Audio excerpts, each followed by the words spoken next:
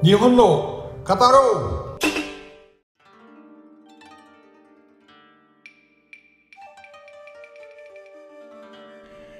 Sahabat Senpai, jumpa lagi dengan saya, Yusran Izzah. Apa kabar Anda semua? Semoga semua dalam keadaan sehat walafiat. Alhamdulillah, dalam pertemuan kali ini, saya ingin menyampaikan berita gembira yang mungkin ditunggu oleh para sahabat Senpai semua, yaitu tentang kebijakan pemerintah Jepang menyangkut masuknya orang asing ke negeri itu pada masa pasca corona sekarang ini. Katakanlah pasca corona, karena kita melihat corona sudah mulai landai. Dulu kita mengatakan pandemi, tapi sekarang sudah menjadi endemi. Jadi di banyak negara kebijakan-kebijakan tentang corona itu telah mengalami perubahan, termasuk juga tentu perubahan itu terjadi di negeri Jepang itu. Nah, secara kebetulan sekitar 2 minggu yang lalu saya baru saja pulang dari Tokyo ke Jakarta, sehingga apa yang ingin saya sampaikan itu masih update, masih aktual. Bahkan lebih aktual lagi begini. Tadi pagi saya menelpon ke Tokyo sana, menghubungi sumber Yusran Senpai untuk menanyakan bagaimana situasi orang asing yang berkunjung ke Jepang. Jadi masih hangat sekali. Yuk kita saksikan.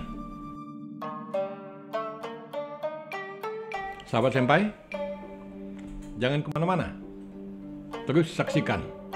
Apalagi untuk tayangan ini, saya menyediakan 3 buah kipas sebagai oleh-oleh dari Jepang untuk 3 pemberi komentar paling menarik.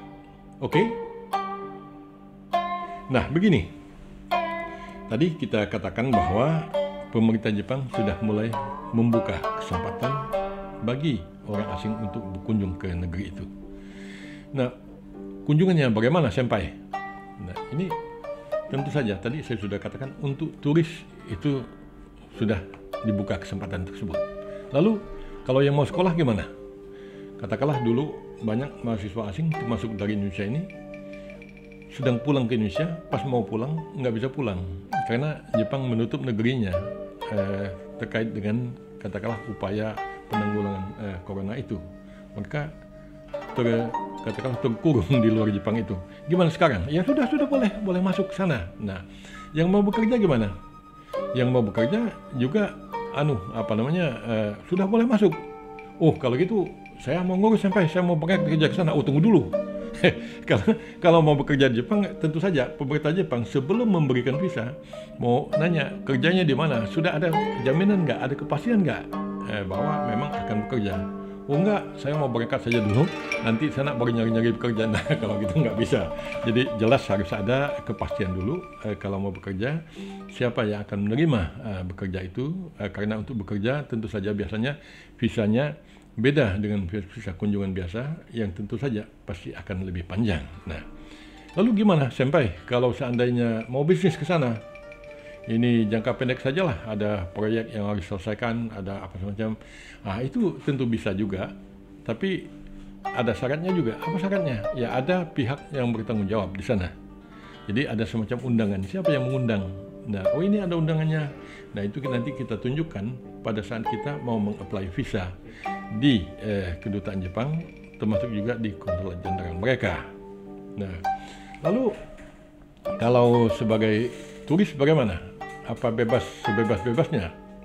Ya, yang penting kita catat, kita sudah boleh masuk. Kalau bebas sebebas-bebasnya itu masih belum. Jadi semua masih ada batasan-batasan tertentu, yaitu bahwa untuk orang yang berkunjung sebagai turis ke Jepang masih tetap belum bisa berangkat secara individual sendiri. Kalau dulu bisa saja, saya urus visa mau berangkat ke Jepang, saya jalan sendiri. Ya tentu katakanlah ada jaminan bahwa tidak akan jadi gelandangan, tidak akan bekerja di sana dan seterusnya, visanya lalu jalan. Sekarang tidak bisa. Jadi untuk berkunjung ke Jepang itu harus ada travel bureau yang katakanlah menangani kunjungan tersebut. Jadi itu travel bureau-nya tentu travel bureau yang diakui atau terdaftar di Jepang sana, sehingga kita berangkat katakanlah dari Indonesia ini berangkat ke sana, di sana ada yang menjemput, ada yang bertanggung jawab. Nah, lalu tidak sampai keleleran, tidak sampai luntang-lantung, ada jelas travel bureau-nya yang ini kan jemput.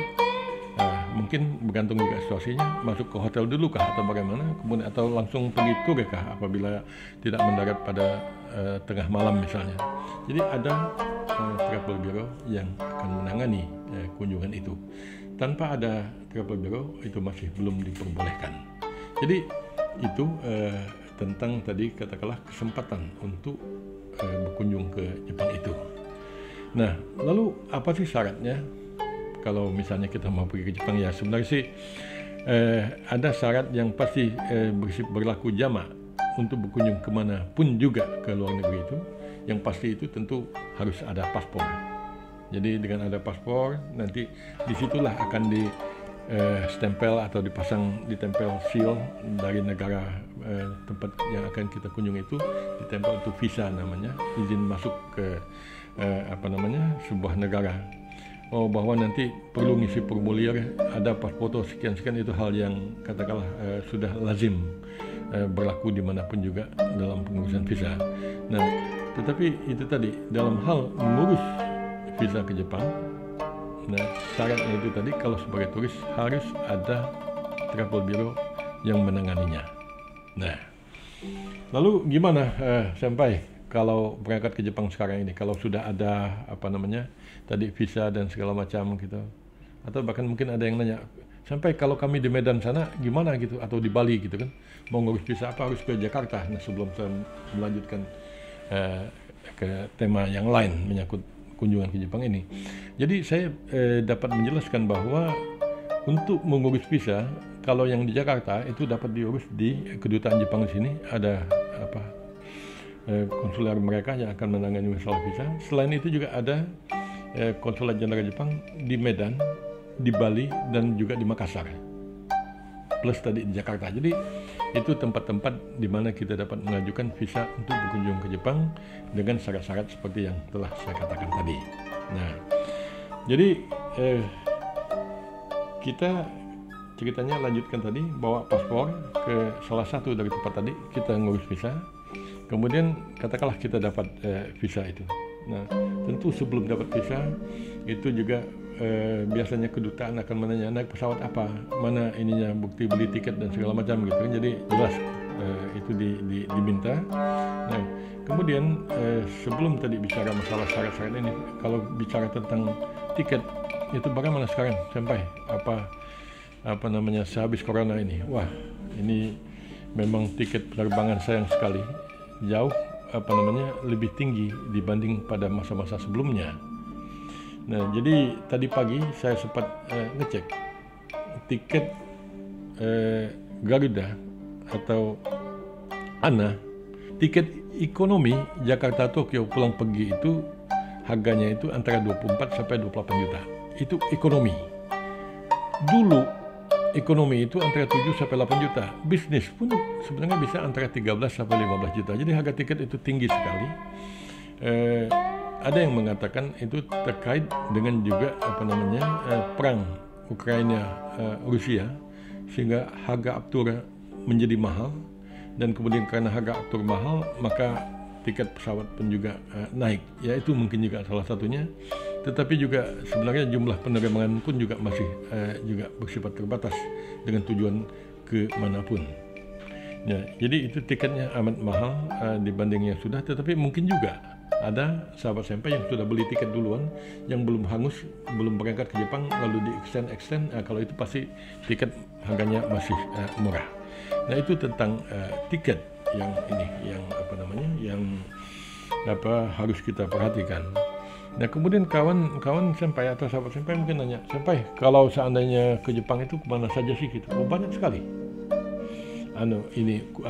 Tempat kita untuk berkunjung ke sana. Ya, begini saya ulangi. Mungkin ada kawan-kawan yang bertanya.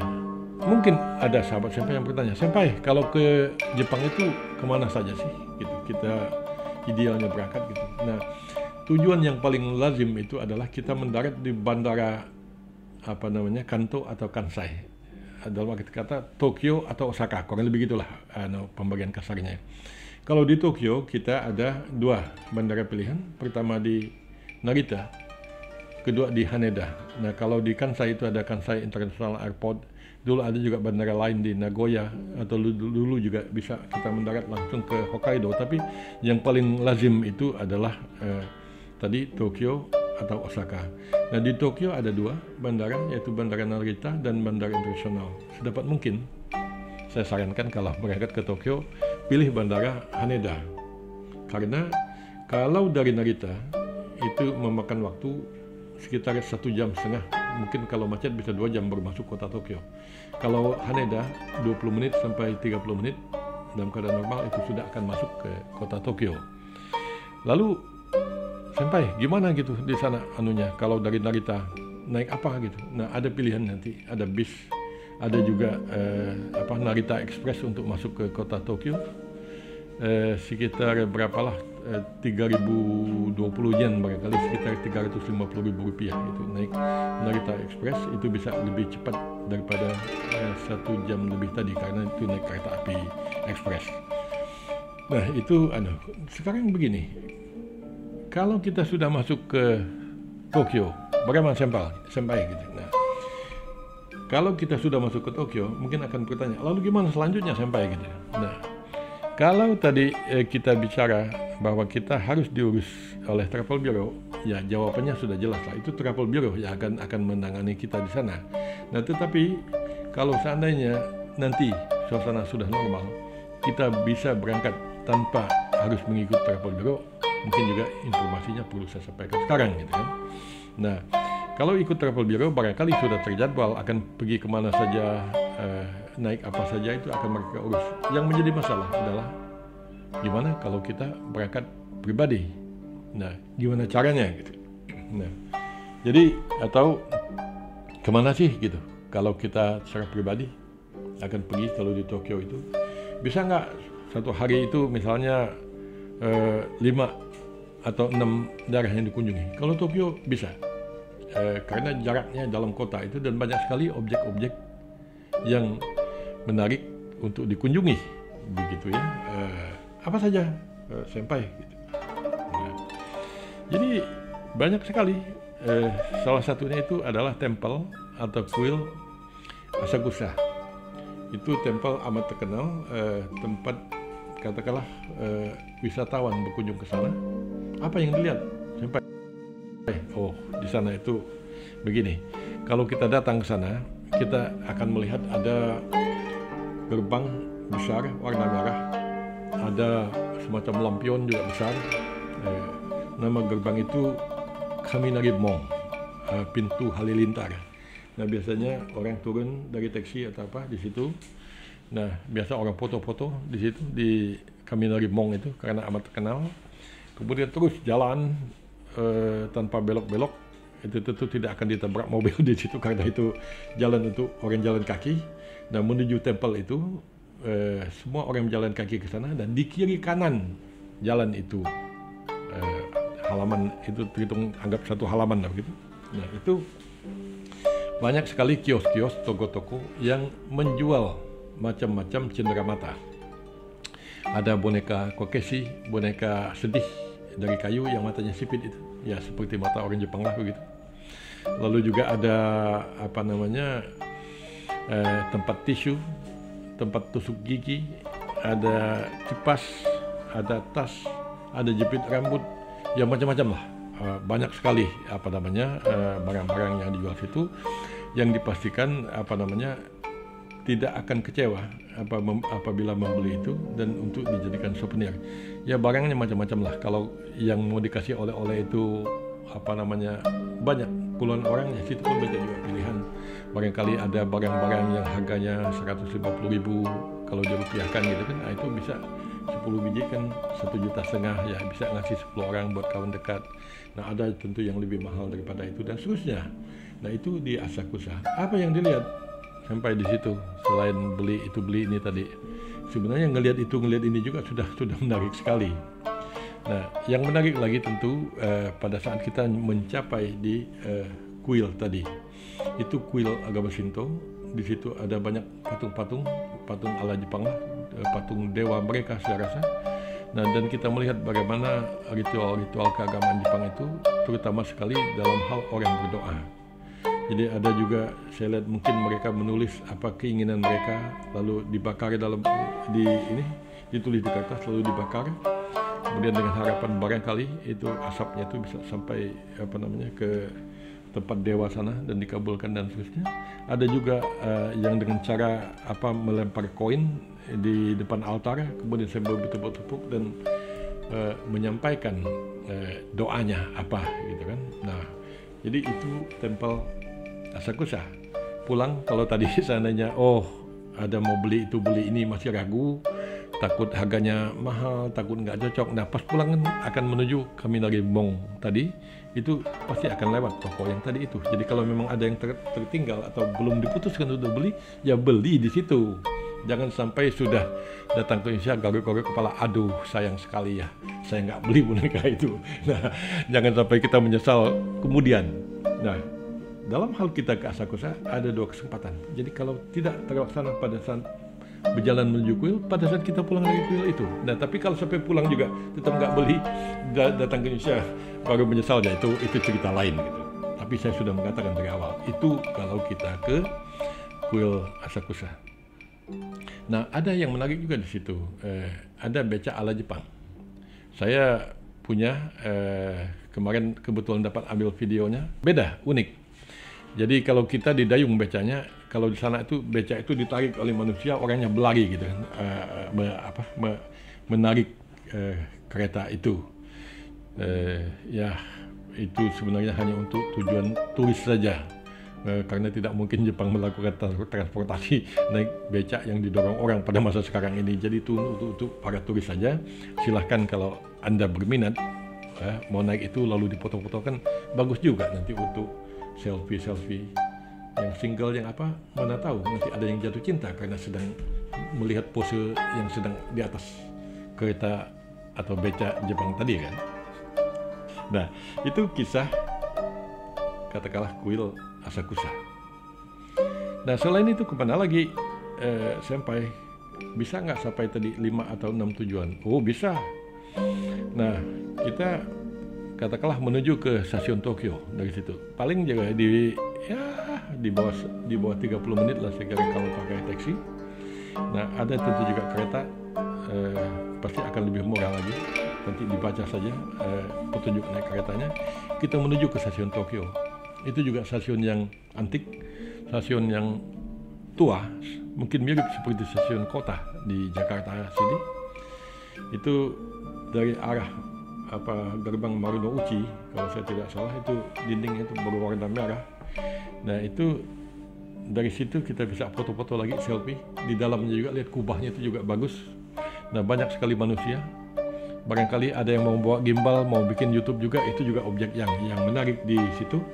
Lalu lintas permainan lautan manusia, tentu banyak juga oleh-oleh yang bisa dibeli di Jepang itu, kue-kue, Tokyo banana atau apa segala macam, atau Tokyo milk cheese dan seterusnya bisa kita beli. Tentu banyak lagi yang lain-lain. Nah, sudah dari situ kita jalan kaki dari stasiun Tokyo itu menuju ke halaman Istana Kaisar. Sedapat mungkin jangan datang pada hari Senin kalau ke situ, karena biasanya itu ditutup museum atau taman-taman tertentu pada hari Senin. Tapi hari lain, hari Minggu atau hari kerja lainnya umumnya buka. Nah, memang bisa masuk ke sana, ya bisa. Sebenarnya masuk tempat Kaisar itu boleh dimasuki oleh umum sampai tempat-tempat tertentu. Tentu ada daerah yang tidak bisa dimasuki. Namun, kalaupun juga sampai ditutup, salah misalnya datangnya hari Senin, itu masih ada satu objek yang menarik untuk selfie juga, atau bisa juga foto diambil oleh kawan begitu. Nah, itu ada tempat jembatan sebenarnya itu yang disebut sebagai Niju Bashi. Bashi itu bukan basi dalam bahasa Indonesia. Bashi itu hashi. Hashi itu jembatan. Niju itu ya dua biji itu jembatan. Kenapa dibilang ada ni-nya itu dua? Itu jembatan itu berbentuk seperti kacamata. Nah, tentu jembatan di bawah itu air, itu bagus sekali. Kalau kita foto di depan itu sebagai latar belakang, kita di latar belakang di depannya. Di belakang sana itu ada bangunan Istana Kaisar, itu kelihatan sebagian. dan itu konon kabarnya merupakan salah satu objek foto terbanyak diambil oleh orang di dunia ini.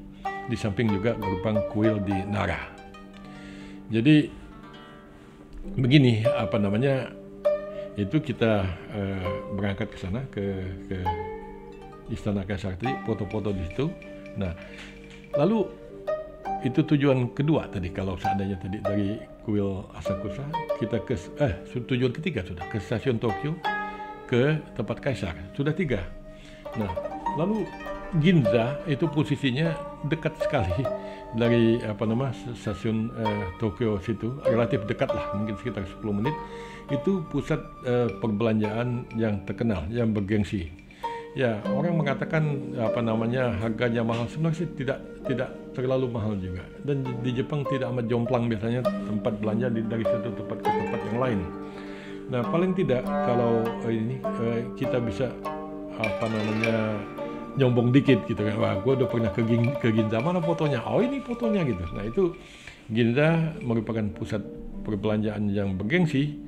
Dan pada hari-hari tertentu, kalau tidak salah pada hari Minggu itu semua jalan di pertokoan Ginza itu ditutup dari kendaraan, sehingga orang dapat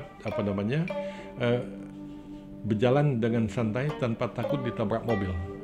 Waktu saya ke Jepang sebelum ini, mungkin sekitar 3 tahun yang lalu, itu saya bersama anak-anak bahkan sempat foto-foto duduk di jalan aspal di Ginza itu.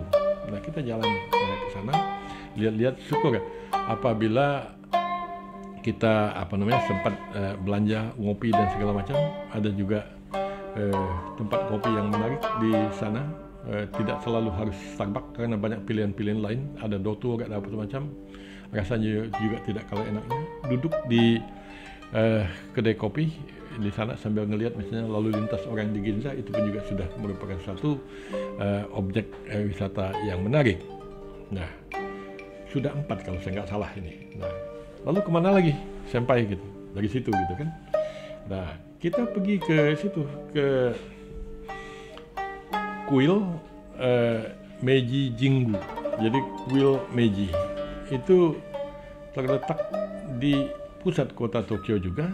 Itu semacam hutan kota yang jauh lebih besar daripada hutan kota di Jakarta ini. Nah, di situ kebetulan 3 minggu yang lalu atau 2 minggu yang lalu saya sempat juga berkunjung ke sana. Itu ada tempel yang menarik di sana. Ya, kembali lagi tempat orang berdoa. Jika saya tidak salah, itu pun juga kuil Shinto dan bukan kuil Buddha. Jadi sama dengan kuil Asakusa tadi. Nah, di situ tentu kita bisa melihat kuil yang menarik untuk katakanlah kembali disaksikan dan diingat, dikenang, atau juga diambil gambarnya, dibikin videonya gitu. Ada satu hal yang menarik ini teman-teman, kalau bicara tentang kuil-kuil, kok sampai ceritanya dari 4 atau 5 objek wisata sudah 2 cerita kuilnya gitu kan. Nah, kenapa sih gitu kan? Nah, jadi memang begini, dulu waktu mungkin sekitar belasan tahun yang lalu, saya ingat saya masih di DPR. Nah, ada kawan, jadi pas berkunjung ke Jepang, dibimbing oleh pihak Jepang ini, nanti kita akan berkunjung ke sini. Lalu kawan itu bilang, loh, tadi barusan ke kuil, ini ke kuil lagi, kok ke kuil lagi gitu. Nah, jadi memang kuil itu merupakan salah satu objek wisata yang menonjol lah dan terkenal dan menjadi perhatian di Jepang itu. Tapi menariknya begini, kawan saya bilang, aduh capek, dari kuil ke kuil lagi. Lalu lu mau ngapain? Dicanda sama kawan belasan tahun yang lalu. Katanya nanti kalau ada kawan Jepang datang ke Indonesia, datang ke Jakarta, saya akan bawa dari masjid ke masjid, dari masjid ke masjid, kata dia. Saya sempat ketawa juga ini. Nah, tapi ini tentu sebuah canda. Namun saya menekankan bahwa kuil itu amat bagus untuk dikunjungi sebagai tujuan wisata. Jadi tiap kuil itu beda-beda. Ada kuil Shinto, ada kuil agama Buddha, ada agama Hindu, dan mungkin juga gabungan dari agama-agama itu, misalnya Hindu dengan Shinto atau Buddha dengan Shinto dan seterusnya. Nah, jadi itu tempat yang kita bisa kunjungi. Nah, pada saat Lebaran 3 tahun yang lalu, sudah lama sekali juga tidak ke sana. Ya walaupun di Tokyo itu tidak begitu banyak berubah, ya tetap begitu-gitu juga lah. Nah, kecuali satu nanti, kalau sahabat senpai datang ke Jepang, yang saya lihat kemarin di Bandara Narita, saya juga agak terkejut.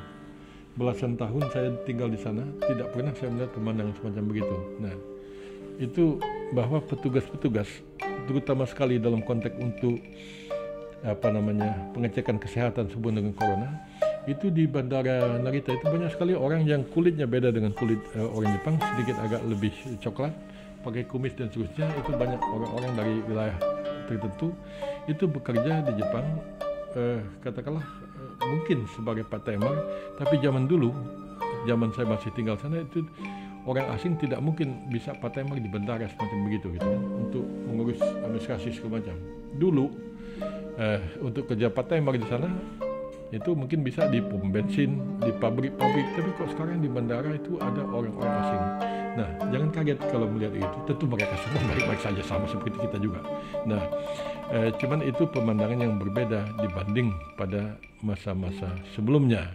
Apa maknanya ini, senpai gitu? Ya itu, walaupun kita tidak bahas di sini, itu sekaligus menjadi bukti tentang menurunnya jumlah penduduk Jepang itu, sehingga Jepang, terutama sekali ekonominya dan bahkan kehidupan sosialnya, mungkin tidak bisa berjalan normal tanpa dibantu oleh tenaga kerja asing. Jadi itu cerita tambahan saya masalah tenaga kerja asing di luar masalah visa tadi.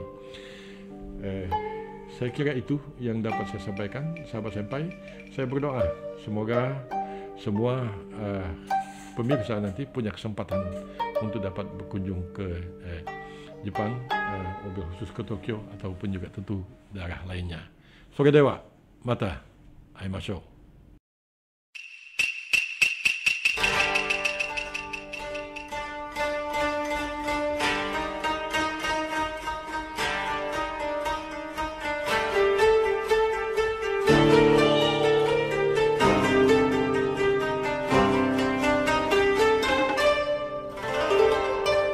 Nihon no Kataro!